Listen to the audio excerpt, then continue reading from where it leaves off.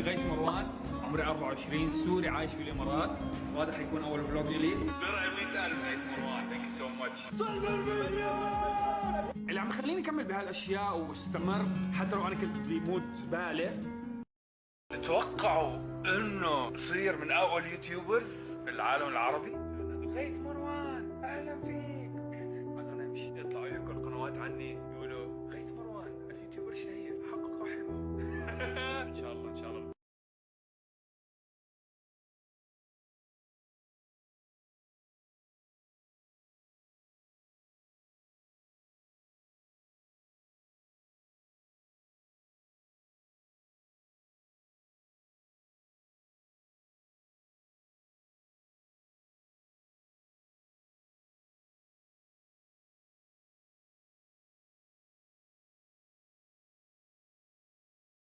المفروض هدول مقاطع كانوا ينزلوا مع الفيديو تبع امبارح، بس قلت خلي فيديو امبارح يكون مقلب بس وياخذ حقه، الفيديو الجاي بيكون اشياء بسوريا، لان كمان في اول مره ساره وبابا بيلتقوا مع بعض.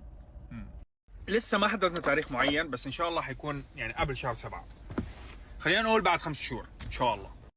بعتقد قصدك على الناس اللي ما عزمتهم على الخطبه. انا اسف، في ناس كثير راحوا من بالي والله، يعني انا خلق بنسى وابو عجقه والاثنين صاروا بموضوع خطبتي، فانسوا الوضع كان مأساوي. فلاي حدا ما عزمته مثل عمر مسكون، رحال فاميلي وغيره كثير كمان ناسي هلا، انا اسف، بس ان شاء الله يعني اكيد ما زعلوا مني ولا حقدوا علي.